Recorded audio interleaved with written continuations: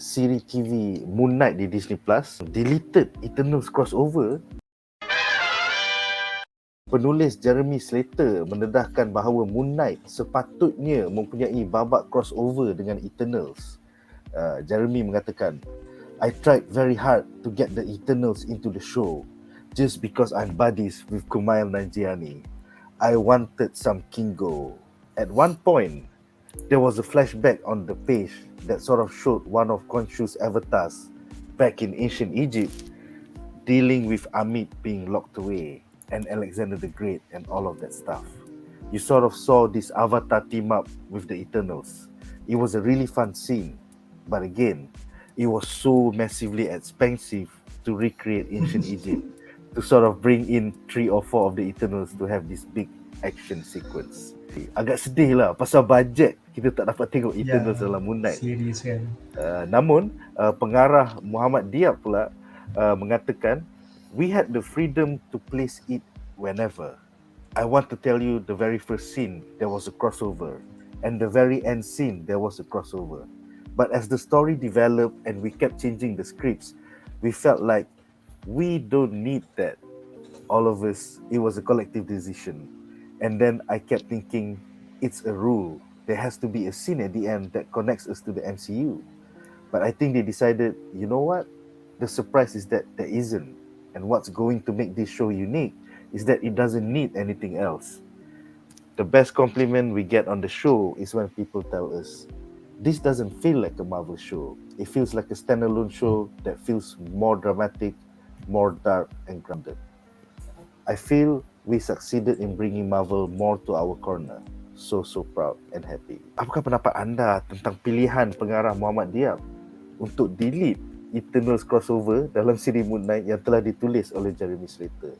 I think he made the right decision lah. And because the end product with Moon Knight kan, apa kita tengok sepanjang 6 episod tu, everything flows very nicely lah. From the beginning to the end. It gets better and better, a very complete story. Tanpa terikat dengan MCU langsung. Walaupun dia ada sikit saja reference Badripo. Itu pun satu saja. I just feel like it's actually a very nice touch lah. This is a very new character. Kita baru nak kenal dia, kita baru nak tahu dia punya jalan cerita, dia punya background, backstory dia. So actually this is a very good, what he did is a very good idea lah. He focused on the main characters and also the setting of Egypt. Because he himself is an Egyptian. So he wants to bring yang Egyptian representation to the forefront lah. Even though what Jeremy Slater said about having Eternals in ancient Egypt meeting an avatar of Khonshu kan, a version of Moon Knight back in ancient Egypt, is a very good idea on paper. But I also think that it doesn't really work lah. Satu sebab budget, dan satu lagi, it also feels a bit out of place, you know. Tiba-tiba ada Eternals datang, orang lain pun akan rasa confused. Walaupun secara logik dia it makes sense, but like people who don't follow much with Marvel kan, dia kan nampak macam what? Lepas tu kan takut nanti jadi macam benda lain pula, tiba-tiba jadi bahan lawak pula. So we don't want those negative things. Like kita nak focus on the positive things. He actually knows what he wants, and he made the right decision lah as a director. And I hope that if there's a second season of Moon Knight, he should be the next director lah, or he should at least have more jobs on MCU lah. Sebenarnya benda tu pun kita dah cerita kan dekat dalam bedah macam signifikan watak Eternals ni untuk Egyptian Egypt culture. Sebab kita tahu Eternals memang yang membentuk culture daripada Babylon, Greek, Roman, semua tu.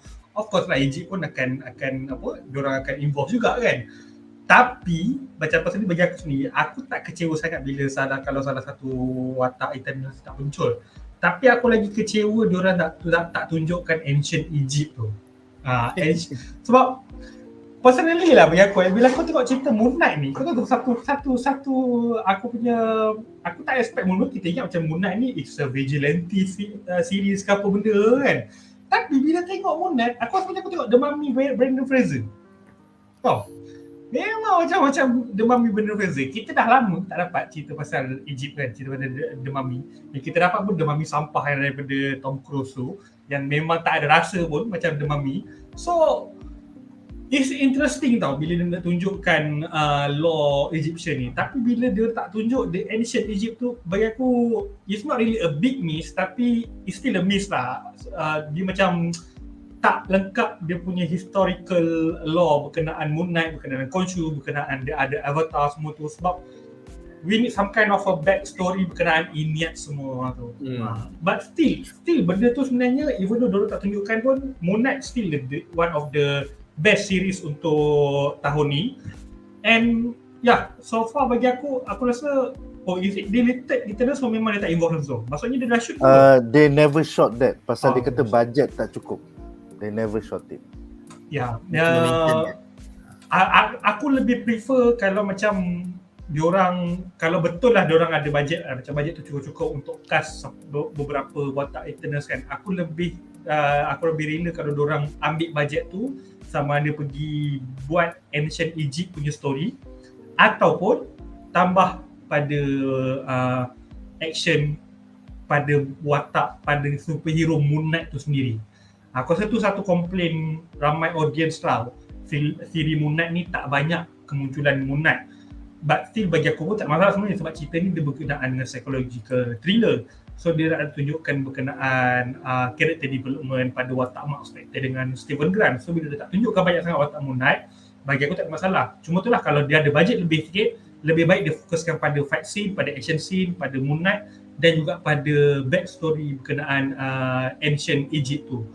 Bila dia buat Moon Knight ni, nampak macam Moon Knight ni adalah salah satu series atau projek Marvel yang tak langsung rasa macam Marvel. Aku a bit setuju pada part tu sebab memang ada satu kelebihan Moon Knight ni, dia tak bergantung kepada mana-mana series, mana-mana movie MCU. Kita tak ada nak buat teori macam akan muncul Black Panther lah dalam ni, akan muncul kita tak buat teori tu. Kita tak ada teori Mephisto dalam ni lah kita. Tak ada teori yang macam kita nak hook pada benda tu. Basically the teori yang kita hook pun hanya pada watak Jack Lockley tu je. Itu pun memang ada dalam Moon Knight. So kita tak berharap macam ada cameo daripada filem ni, ada cameo daripada Avengers ke, ada cameo daripada Doctor Strange ke apa akan muncul. Kita tak berharap benda-benda macam tu. The story tu sendiri kita dah enjoy dah dengan jalan cerita tu. So kalau dia tak masukkan pasal Eternals pun aku rasa okey. Cuma kalau macam lagi dia nak bagi siri ni macam lain daripada Marvel, kalau dia buat rated R confirm lain punya daripada Marvel. Kalau kau buat rated R, kau buat ada blood, ada gore, ada si begal kepala ke benda kan. Itu memang confirm. Tak payah cakap lebih lah, memang lari daripada Marvel lah.